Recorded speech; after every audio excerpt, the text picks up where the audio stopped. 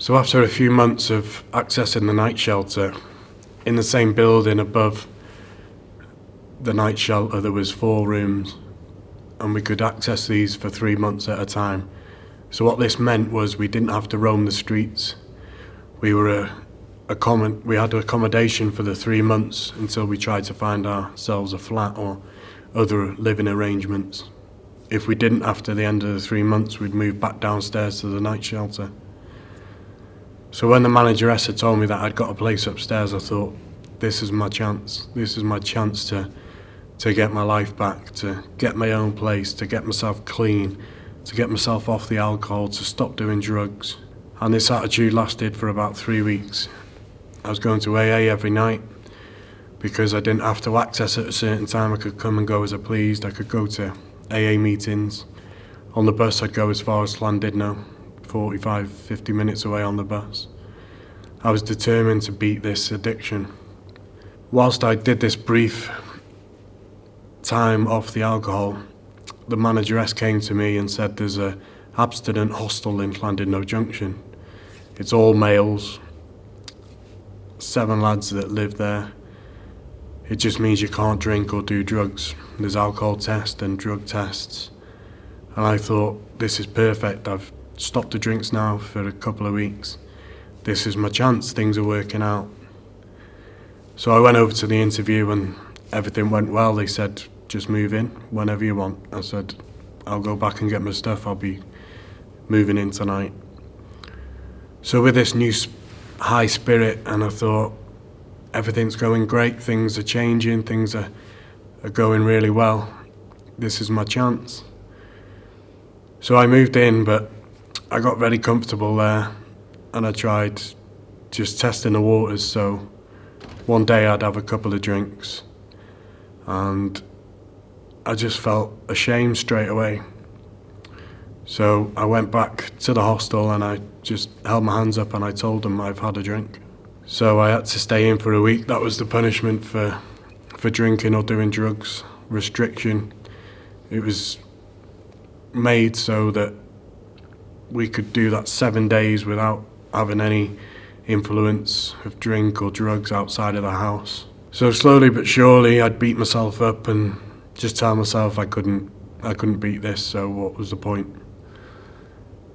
But because I was always honest with them, they'd give me about 4 or 5 chances. Because normally after 3, you're out and you can't come back for a few months. So I'd gone through my 3 chances. They'd give me the 4th, the 5th, because they thought I was determined to stop. And I was. I just couldn't do it in my own strength. So I kept failing. So once I had to leave the hostel, I was back in Rhyl. 3 weeks on the streets again, it just crippled me, because it would just be flashbacks of the life that I was in, this constant circle of drink and drugs and homelessness and depression and anxiety. It was just too much for me to bear. I'd left the night shelter one morning. I'd gone to get 4 cans of lager. I'd gone to the bus station. I just parked myself down, and I was on high medication for my legs for pain and tablets for depression and sleeping, and I'd pick them up in 1 monthly prescription. I'd sit down with these 4 cans of lager.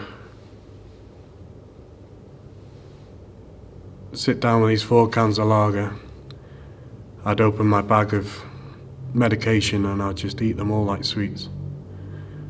And I got over halfway and that's all I remember. 3 days later, I remember coming round in a hospital. I didn't know where I was. When I came round, I was dazed and my vision was blurred. I couldn't see anything. I could just make out this person next to me. And I just shouted out, "Where am I? What's happened?" And then what must have been a doctor said, "You'd taken a lot of tablets and you'd actually died, but we brought you back." So I'd woken up in the hospital ward, only to look to my side, and one of the members of staff from the hostel in Llandudno Junction I'd become friends with had a good relationship with him because he was an ex-alcoholic. He just gave me loads of advice and encouragement all the time that I was there. So we just became really close. And he said, "What are you doing?" I just said, "I can't cope with this life anymore. I'd rather not be here than go through this alcoholic, living on the streets, doing drugs now that I'd never done before, getting into trouble. I'm either going to be dead or in prison. And I'd rather just be dead at this time because I just can't cope with it all." So he'd made some calls. He was doing accounts for another hostel. It was actually a house that 4 males would share. There was no time limit. Whereas Llandudno Junction, you had 2 years to sort yourself out and they'd help you get a flat at the end. This house had no time limit. But he said it is quite a way out the way.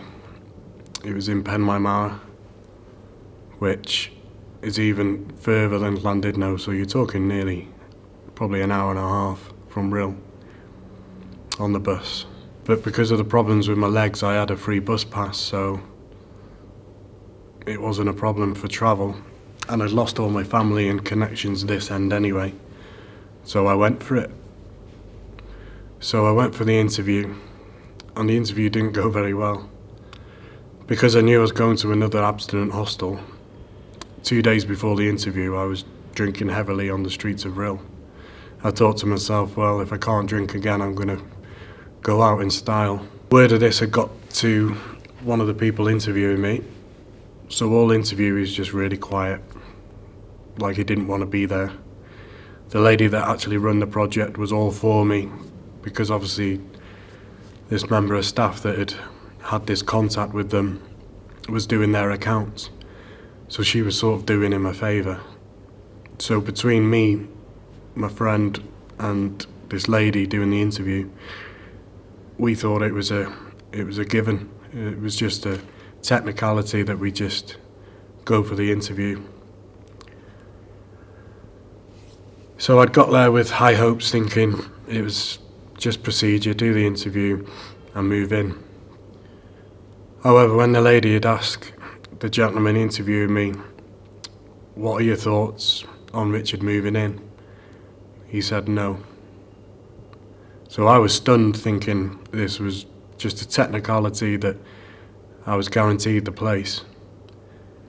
And then he went into detail. He said this guy was taking them, I can't repeat what he said, but he was taking the mick, he was drinking 2 days before knowing he was coming here. So he'd say he hasn't got the desire to stop drinking, he doesn't want to stop drinking. If we give him this chance, he won't succeed because he's not in the right mind frame.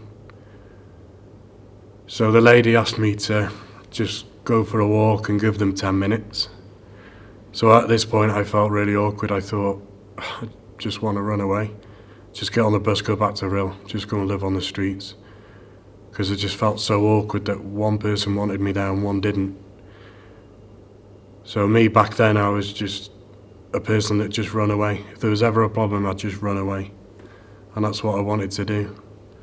So I started walking up the road to the bus stop, and I felt this feeling inside just say, you've got nothing to lose, just go to the shop and go back. And I was wrestling with this thought. When I seen the bus stop, I was saying, just get on the bus and leave. Then I'd have this feeling, no, don't run away from this. Then it would be, get on the bus and leave. And 10 minutes just felt like 2 hours of this constant to-ing and fro-ing, run away, don't, run away, don't. Anyway, I'd gone to get a bottle of pop and I'd gone back. I'd walked in and this guy was totally different. It was like a different person. So I was just stunned again. I was like, this wasn't the atmosphere when I left. So he came over and shook my hand and he said, we want to give you the place. So I was just confused. I was mixed emotion. I was glad. I was daunted because I knew he had those feelings. So now I've got to go and live in this shared house where they run it from underneath, him and his wife, and all the lads lived above. in this house. So part of me just wanted to go and get my stuff and move in. Part of me just wanted to run away because I knew his true feelings. So anyway, I'd gone and got my stuff and I thought, well, this is a roof over my head. We'll give it a go.